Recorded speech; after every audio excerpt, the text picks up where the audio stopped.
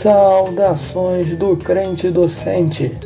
Está no ar o CDCast, o podcast da sua lição bíblica. Eu sou o professor André William e estamos estudando a revista Lições Bíblicas, o plano de Deus para Israel em meio à infidelidade da nação. E hoje teremos a aula da lição de número 10, que tem por título O Cativeiro de Israel, Reino do Norte. Gostaria, antes de qualquer coisa, pedir a você que nos acompanha aqui no Crente Docente que divulgue o trabalho realizado. Para isso, se inscreva no canal, deixe seu like, acione o sininho para ficar por dentro de todas as novidades do Crente Docente. E acompanhe o Crente Docente nas outras mídias também, no Facebook, Instagram, tem sempre novidades por lá. Material muito interessante que vai te ajudar na formulação da sua lição, na formulação da sua aula e assim ter mais conteúdo, estar mais inteirado dos temas que são tratados nas nossas revistas de escola bíblica dominical. Bem, eu também gostaria de agradecer aqui nessa oportunidade ao canal Crente Docente e principalmente à pessoa do professor Edivanei Fernandes, o idealizador deste canal que tanto nos abençoa. Que Deus possa continuar a abençoar a vida do teu servo e que possa frutificar grandemente este trabalho realizado pelo Crente Docente. Vamos à nossa lição. O texto áureo está registrado em Oséias capítulo 6, versículo 1, que diz o seguinte: Vinde e tornemos para o Senhor, porque Ele nos despedaçou e nos sarará. Fez a ferida e a ligará.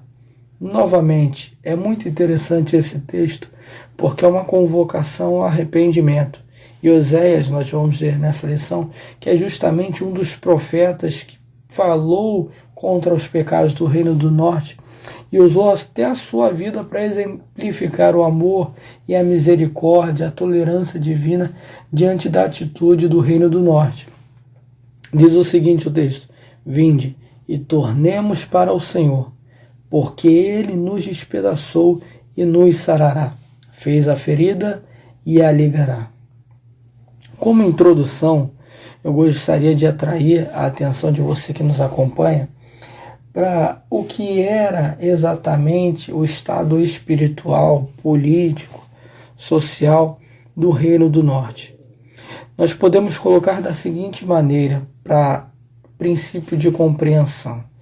As três principais castas de pessoas na sociedade de Israel eram os reis, os sacerdotes e os profetas.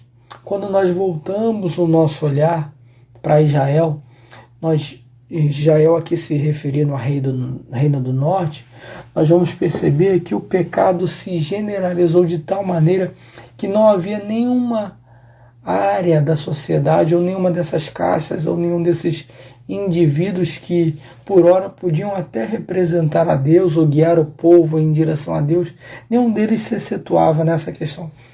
Todos eles estavam de alguma forma ou de outra comprometidos com a desgraça moral e espiritual de Israel. Por exemplo, quando nós falamos da figura do monarca, da figura do rei, nós vemos a queda de Israel, Reino do Norte, desde a sua separação. Quando nós olhamos Jeroboão, filho de Nebate, que foi um opositor de Salomão, quando morre Salomão, tem a divisão do reino entre Roboão, o descendente que reinou sobre Judá, e Jeroboão, filho de Nebate, que era da tribo de Efraim, que ascendeu ao trono no Reino do Norte, na divisão dos reinos. E nós vamos ler na Bíblia que esse Jeroboão fez o que era mal aos olhos do Senhor, tanto que ele se torna uma referência de pecado. Toda vez que vai se referir ao Reino do Norte, vai dizer que ele andou nos pecados de Jeroboão, indo contra a vontade de Deus, desobedecendo ao Senhor e induzindo o povo a pecar. O monarca era uma indicação do rumo espiritual da nação.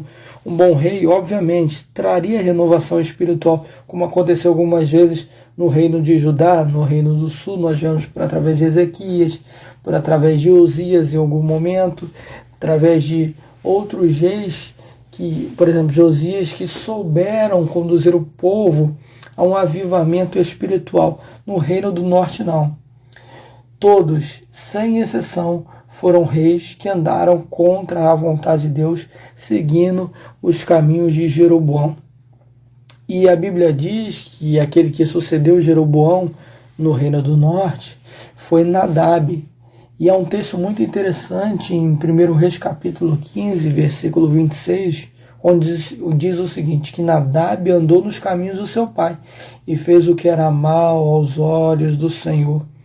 E diz que ele andou no pecado, que seu pai andou, levando Israel a cometer esses mesmos pecados. Ou seja, o rei era uma espécie de espelho. Se você quer entender o estado espiritual de Israel, tanto o norte como o sul, olhe para o monarca, olhe para o rei, olhe para o homem que governou a nação, porque ele tinha essa capacidade e esse poder e essa responsabilidade de conduzir o povo até Deus, mediante as suas ações, mediante a sua conduta, mediante o seu jeito de viver. Nós vemos também que o sacerdote estava comprometido. Nos dias do profeta Oséias, que viveu os últimos reinados no reino do norte, nós vamos lá em Oséias capítulo 4, versículo 6, um texto muito famoso, onde diz: o meu povo tem sido destruído porque lhe faltou conhecimento. Mas o texto não acaba aí. O Senhor continua dizendo: e tu, sacerdote, rejeitaste o conhecimento, por isso eu também rejeitarei a ti e aos teus filhos, para que não sejam mais sacerdotes. Ou seja, o povo estava sendo destruído pela falta de conhecimento da lei do Senhor. Mas esse conhecimento viria pela explanação do sacerdote, aquele que era o detentor, o portador da palavra de Deus, dos ensinos a nível litúrgicos, a níveis até jurídicos, a níveis de conduta, de organização de sociedade, porque o sacerdote tinha esse poder dado a ele pela lei de Deus, e ele estava falhando nessa situação de ser o professor, de ser o ensinador, de ser o guia para o povo. E o Senhor diz: olha, o meu povo está sendo destruído, e a culpa é sua, sacerdote, porque não tem ensinado o povo, você tem rejeitado o conhecimento, e por causa disso eu te rejeitarei. Havia também, nos dias finais da monarquia do norte, um comprometimento da casta profética com a apostasia. Nós vemos, por exemplo, o profeta Amós, no capítulo 2, versículo 12, diz o seguinte, que o povo ofereceu, o povo deu aos nazireus o vinho. Ou seja, o nazireu era uma pessoa que havia feito um voto ao Senhor, mas o povo, a nação de Israel, já não preservava esses que se dedicavam a Deus. Eles, no mínimo, induziam, constrangiam ou até mesmo forçavam esses a romper o seu pacto com Deus. Então o nazireado estava comprometido, e a sequência desse mesmo versículo, versículo 12 do capítulo 2 do profeta Amós, é o seguinte: e os profetas são silenciados. Houve, nos dias do profeta Amós, algo semelhante ao que aconteceu nos dias do rei Acabe, onde Jezabel estabeleceu uma espécie de governo contra Deus, importando profetas para a nação de Israel, profetas de Baal, profetas de Azera ou Astarote, e esses desviavam o povo da vontade do Senhor. Deus estava chamando a atenção para a nação de uma forma geral, seja o rei, seja o sacerdote, seja o profeta, seja o nazireu, todos aqueles que recebiam uma responsabilidade espiritual, direto ou indiretamente, diante de Deus para com o povo, ou diante do povo para com Deus, haviam se corrompido. Então chegou um momento que Deus não encontrava mais canais de ação, canais de fala, canais de operação no meio dos homens. Por isso decidiu o Senhor repreender, castigar, punir o reino do norte com o cativeiro. Esses são, porém, os bastidores da queda do Reino do Norte. O tópico de número 1 diz o seguinte: Samaria é cercada pelo rei da Síria.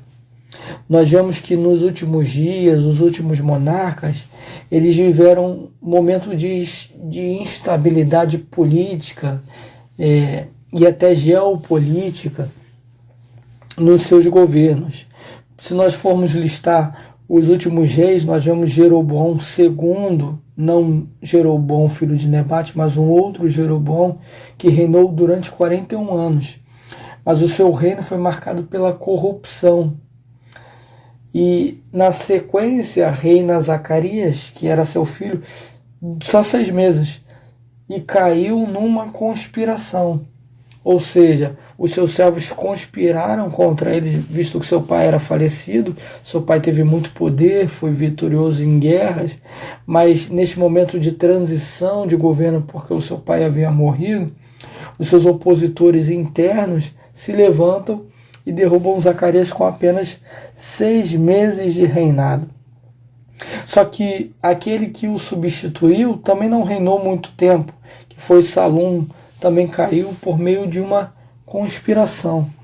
E depois dele veio Menahem, que reinou 10 anos, e este foi tributado pelo rei da Síria. Ou seja, nós vemos que neste momento a Síria já começa a ascender como um império, indo além das suas fronteiras e chegando até Israel, ao ponto de fazer esse monarca uma espécie de rei vassalo, uma espécie daquele que era tributário, aquele que devia pagar continuamente impostos a uma nação estrangeira, a fim de que não fosse invadido e tomado e totalmente destruído. Depois dele vem Pecaías, que reinou somente 2 anos e também caiu por meio de uma conspiração. Na sua sequência vem Peca, que reina 20 anos, e este foi vencido por um grande líder assírio, que foi Tiglat-Pileser, mas também morreu numa conspiração. Conspiração essa liderada por Osés, que foi o último rei do Reino do Norte. E esse Osés foi tributário de Salmaneser, que era outro monarca assírio, durante todo o seu reinado. Tanto que a sua queda se deu pelo fato dele armar as escondidas contra o reino da Síria, indo até o Egito e tentando fazer aliança, e assim deixando de pagar tributos ao governo assírio que lhe fazia tributário. E quando isso chega ao conhecimento ao reino da Síria, então Israel experimenta definitivamente a sua queda. Neste momento, deixa de existir definitivamente o Reino do Norte. Mas um aspecto muito interessante para entender o contexto, eu dei um panorama político e geopolítico da situação de Israel e a Síria nesses dias, mas é também a leitura profética que nós podemos fazer, e é muito interessante observar o livro do profeta Oséias, que ele registra minuciosamente o comportamento de Israel e como o Senhor os pune mediante a essa desobediência. Contudo, todo este panorama apresentado nos ajuda a ver como é que era instável os dias de Israel, seja do ponto de vista político, seja do ponto de vista econômico, porque se uma nação ela tem que pagar tributos, isso, de certa forma, tem reflexo no cotidiano da população, porque esses tributos são tirados de algum lugar, e é do povo, obviamente. Então isso causa as revoltas, isso causa as conspirações, tanto que o profeta Amós, que foi um profeta natural de Judá, que foi ao norte profetizar nos dias de Jeroboão II, era tratado como uma espécie de agitador político, de um conspirador, tanto que está registrado em Amós capítulo 7, dos versículos 10 ao versículo 16, como é que o sacerdote vai até o rei insinuar que este Amós, profeta, nada mais era do que alguém que tinha interesses além dos espirituais, ou seja, uma espécie de pessoa que estivesse ali para criar conspiração e instabilidade no meio do povo. E ele diz, vai longe desta terra, porque as suas palavras têm servido de perturbação. É nisso que responde Amós, dizendo, eu não era profeta, nem filho de profeta, mas o Senhor disse, vai e profetiza a casa de Israel. Então até os profetas eram tidos sob suspeita, porque a sua palavra podia ser interpretada nada mais, nada menos como não a palavra de Deus, mas como uma opinião política ou como um interesse escondido de alguma outra pessoa a fim de causar algum motim, alguma revolução interna. E por isso a palavra de Deus foi caindo em desprezo e aprofundou-se a condição espiritual do reino do norte, indo cada vez mais a uma situação de abandono à palavra de Deus, à lei de Deus, ao ministério profético, ao ministério sacerdotal genuíno, do monarca como aquele que representava um pastor para guiar o povo em direção aos caminhos de Deus. É nisso que vem o fracasso do Reino do Norte, por todas as suas lideranças e o seu povo terem abandonado definitivamente a vontade do Senhor.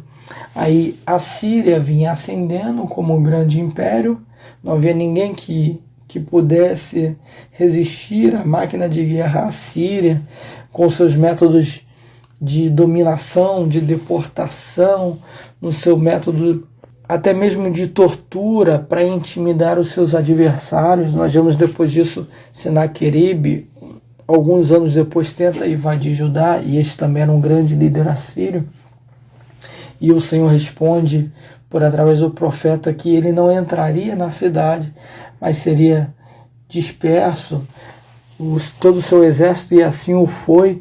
Porque Ezequias temeu? Porque ele conhecia a fama do império assírio, que já havia derrotado o norte, e o próprio Senaqueribe diz, alguma dessas cidades poderam me resistir? E Ezequias sabia que não, somente o Senhor poderia ajudá-lo. Ezequias se comportou diferente aos reis do norte, porque ele foi ao templo orar ao Senhor, apresentar as palavras de ofensa que lhe vieram por carta e também por através de um porta-voz do monarca assírio, Senaqueribe, e o Senhor intervém nessa situação quando manda um anjo e fere todo o exército assírio. O tópico de número 2 vai falar sobre o pecado do povo e sua queda. Nós podemos apontar um pecado principal, que é o pecado da idolatria, mas há uma variedade de comportamentos em Israel que iam contrários à vontade de Deus. Mas focando no principal pecado já mencionado, nós podemos ver, voltamos agora para a vida do profeta Oséias, para tratar desse assunto, porque Oséias, a meu ver, é a história mais dramática no Antigo Testamento e uma das mais dramáticas que fala sobre a missão e o amor de Deus para com a humanidade. Só fica atrás do Calvário de Jesus, onde Deus enviou o seu Filho para morrer por nós, mas o profeta Oséias é também uma história que tem um teor de dramaticidade, de angústia, de dor, de sofrimento, de misericórdia divina, muito implícito, quando Deus diz ao profeta Oséias que ele tenha casamento com uma mulher que é prostituta e com ela tenha filhos, e ela vai traí-lo, e ele vai amá-la, vai perdoá-la e vai reatar o seu relacionamento, mas mesmo assim essa mulher vai insistir em ser infiel, mas ele não vai desistir do seu amor. E Deus usa isso para representar todo o seu amor para com a nação do norte. Ele está dizendo, olha, assim como a vida de Osés foi uma vida de traição, abandono, mas nunca desamor e infidelidade por parte de Osés, sempre da sua companheira. Assim sou eu para convosco, Israel.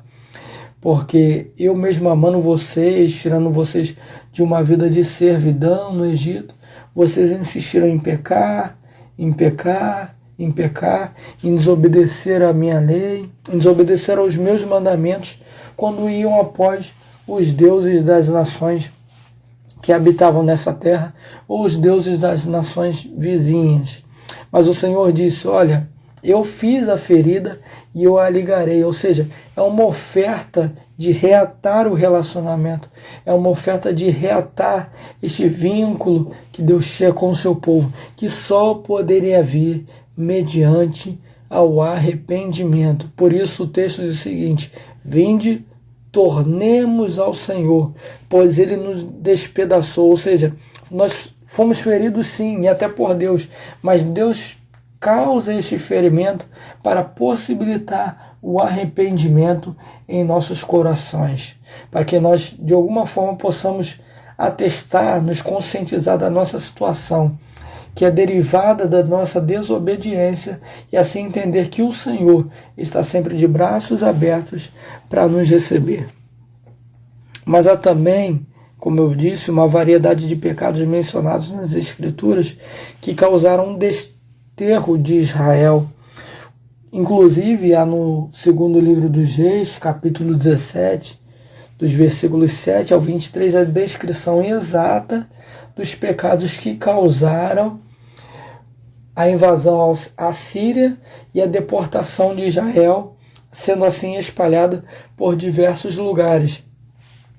Só falando de alguns versículos especificamente, nós vamos ler no versículo 8 desse mesmo livro que eu mencionei, segundo o livro de Reis, capítulo 17, versículo 8, diz que eles se assemelharam aos moldes estatutários das nações, ou seja, eles tendo a lei do Senhor, e a Escritura diz que a lei do Senhor é perfeita e refrigera a alma, Salmo 19, verso 7, eles abandonaram essa lei que foi concebida por Deus no deserto, dada a Moisés, para guiar Israel como nação, para consolidar Israel como nação, e preferiram seguir as leis e os estatutos das nações vizinhas. Ou seja, Deus era o legislador de Israel. A lei de Israel não vinha de formulações humanas, vinha do próprio Deus, que conhecendo a sua criação, dá diretrizes que pudessem guiar Israel, para que Israel pudesse viver naquela terra que o Senhor lhes fez entrar. Mas não, eles preferiram abandonar a lei de Deus, substituindo por mandamentos, leis, estatutos, ordens de outras nações. Isso no versículo 8. No versículo 9, nós vamos ver que eles edificaram altares, ou seja, altos, lugares altos, em todas as suas cidades para si. Interessante é isso, que eles edificaram para si. Há uma distinção entre os altares que são feitos para Deus e os altos que são feitos para si. Obviamente que eles não estavam se adorando, mas adorando a ídolos. Mas está muito claro que esse altar não era para Deus. Porque se fosse, estaria descrito como um altar para o Senhor. Mas já havia o altar de culto e estava lá no lugar designado pelo Senhor, no templo que ergueu Salomão, mas não, eles preferiram fazer altares para si, porque a ideia de fazer altares para si era ter deuses exclusivos, deuses particulares, deuses que não eram o Senhor Deus Jeová, o Deus verdadeiro. Nós vemos também no versículo 10 o culto à divindade Azerá. E é interessante ler esse texto, que se nós atentarmos para olhar para ele, com cuidado, com minúcia, no que ele está dizendo no versículo 10, e somando isso às pesquisas mais atuais, nós podemos ver que em Israel começou a haver uma espécie de equivalência divina entre Jeová e outros deuses. Ou seja, eles começaram a misturar o culto a Deus com o culto às outras divindades. Tanto que havia uma divisão muito grande interna e até uma mistura em alguns momentos. Tanto que nós vemos isso nos dias do profeta Elias, quando ele diz, olha, se Baal é Deus, siga-o. Mas se é o Senhor Jeová, siga Jeová. Mas eles misturaram isso. E quando nós olhamos até para a própria configuração do culto a essa dita deusa, Azerá ou Astarote, nós vamos ver que isso foi uma importação feita nos dias de Acabe por através de Jezabel, que trouxe 450 profetas de Baal, ou pelo menos levantou a condição de profeta, e mais 400 de Azerá. Ou seja, este culto era uma espécie de parceria, porque era uma divindade dita masculina e outra dita divindade feminina. E uma espécie de dualismo, um politeísmo de dois deuses, que a deusa que era esposa e o deus que era marido, e assim havia uma mistura. Mas Elias foi levantado nos seus dias para combater isso. Mas, ao que tudo indica, Israel, o reino do norte, insistiu nessa prática de adoração a essa deusa. Tanto que o Senhor, no versículo 10, ele deixa isso bem claro, que eles insistiram em edificar lugares altos a Azerá e erguer imagens embaixo de todas as árvores, em todas as suas cidades. Ou seja, o povo insistiu num politeísmo, insistiu em misturar o culto ao Deus que é santo aos falsos deuses. E por isso veio o seu desterro. Serviram a ídolos, mesmo o Senhor tendo expressamente proibido para que não fizesse isso. Isso está escrito no versículo 12. Mesmo o Senhor tendo proibido, serviram a ídolos. Isso era o início da lei. Isso encabeça o decálogo, as 10 palavras, os 10 mandamentos. Não terás outros deuses diante de mim. Mas, mesmo assim, eles foram frontalmente contrários à vontade de Deus. A suma de tudo isso, a meu ver, é o versículo 15 deste capítulo 17 do segundo livro de Reis, onde diz o seguinte: seguiram os ídolos sem valor, e assim eles mesmos se tornaram sem valor. Ao ler as Escrituras, nós entendemos que este é o fim de todo aquele que pratica a idolatria. Ele se torna tão vazio, tão inexpressivo, quanto aquilo que ele adora. Quando nós vamos para o Salmo 115, quando diz, não a nós, Senhor, não a nós, mas ao teu nome da glória. E ele vai falar, onde estão os ídolos das nações? São obras humanas, de prata e ouro. Ele vai dizer, tem boca, mas não falam, pés, mas não andam, olhos, mas não veem, nariz, mas não cheiram, mãos, mas não apalpam. E ele vai dizer no versículo 8, tornam-se semelhante a estes todos aqueles que os fazem. Ou seja, aquele que faz uma imagem de escultura e adora, o seu fim é se tornar tão vazio contra aquela imagem de escultura, porque é inanimada, é sem vida, é inexpressiva, é ineficaz, é ineficiente. Mas o Senhor, o Deus verdadeiro, não. Diz o versículo 3 deste mesmo Salmo 115, mas o Senhor está nos céus e faz tudo o que lhe apraz. O Senhor Jeová é o Deus verdadeiro, e quem o adora é preenchido por ele, diferente daquele que adora ídolos. É esvaziado por um culto sem sentido e sem finalidade. O tópico de número 3 vai falar sobre como esse desterro de Israel fez com que a Síria levasse outros povos para habitar Samaria. Isso causou ou pelo menos aprofundou, a degeneração espiritual e da liturgia verdadeira. Porque se nos seus dias já havia o politeísmo, quando se desfaz o Reino do Norte, outros povos são levados para lá e não sabem adorar o Deus da terra, o Senhor Jeová, e não sabem adorar o Deus verdadeiro, e começam a misturar práticas de vários cultos, de vários deuses, panteões distintos, e nisso Samaria, ou o Reino do Norte, se desfigura totalmente, completamente daquilo que era a diretriz de culto e de liturgia ao Senhor. Isso talvez seja o ponto de partida para toda a desavença entre judeus e samaritanos. Obviamente, antes disso houve uma guerra nos dias de Amazias, em que o reino de Judá sofreu muito nas mãos do Reino do Norte, mas essa condição aqui, a nível religioso, causou uma espécie de separatismo. Tanto que nos dias de Neemias recusa a ajuda dos samaritanos para ajudá-lo. E eles se tornam oposição à construção dos muros, à reforma da cidade.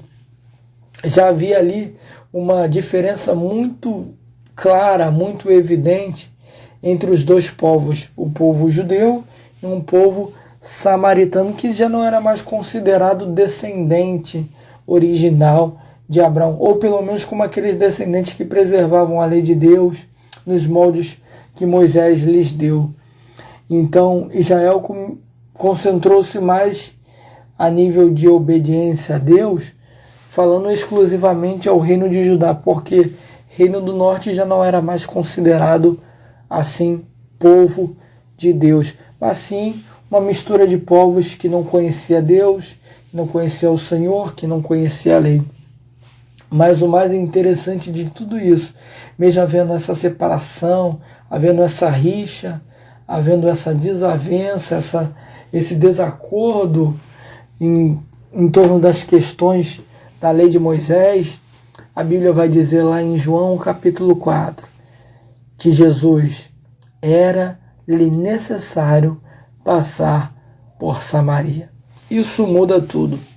Se houveram séculos e séculos de divisão, de ranço, de separação, vem Jesus no Evangelho de João entendendo que é necessário passar por Samaria. Parece um detalhe isso, mas quando nós vamos desenrolar o texto e ler com atenção, nós vamos ver que ele senta na boca do poço, meio que provoca um diálogo em que ele sabia em que uma mulher iria confrontá-lo, porque ele é judeu e a mulher é samaritana, e os judeus não falam com os samaritanos porque tem toda essa rixa, toda essa desavença, e não é causado nos dias dela, é bem anterior. Ela herdou esse preconceito, assim como o judeu herdou o preconceito contra o samaritano, mas Jesus insiste na conversa para se revelar como profeta, para se revelar como Messias. Ou seja, as portas da graça estavam abertas também aos samaritanos. Por quê? Porque Jesus é suficientemente capaz de quebrar toda a rixa, toda a desavença, todo o preconceito, toda a separação. Porque este é aquele que é maior do que Jacó, como ele disse para a mulher. Ele não é aquele que somente pede água para beber. Ele é aquele que é a fonte da vida. E a água que ele oferece, quem dela toma, nunca mais tem sede. Como conclusão, eu proponho uma seguinte síntese para nós pensarmos, cada um pensar na sua classe, com o seu aluno, e você que nos ouve também meditar nisso, que a pureza doutrinária e litúrgica são traços da adoração exclusiva a Deus, por um coração sem ídolos, sem idolatria. O que eu quero dizer com isso é que quando nós nos esforçamos para fazer tudo, inclusive o culto, nos verdadeiros moldes de que a Bíblia diz, nos verdadeiros modos que a Bíblia ensina, nós estamos dizendo que nós nos preocupamos em adorar a Deus em todos os detalhes, em todos os momentos, em todas as circunstâncias. Isso talvez seja a prova mais incontestável de que o nosso coração prioriza servir a Deus do jeito que Deus determinou. Há também um pensamento que eu quero deixar, que aquilo que foi a desgraça do Reino do Norte tem que ser evitado. Nós não podemos misturar aquilo que é pureza doutrinária, aquilo que é verdadeiro, aquilo que é original das Escrituras, com qualquer outro ensino, com qualquer outra fórmula que pareça eficaz, que pareça eficiente, que pareça verdadeira, mas no fundo não é. Verdadeiro é o culto ao Deus real e invisível na pessoa de Jesus Cristo. E esse sim deve ser adorado, esse sim deve ser cultuado nos dias de Israel e nos nossos dias hoje também. Que o Senhor Jesus abençoe a cada um de vocês. Fique na paz.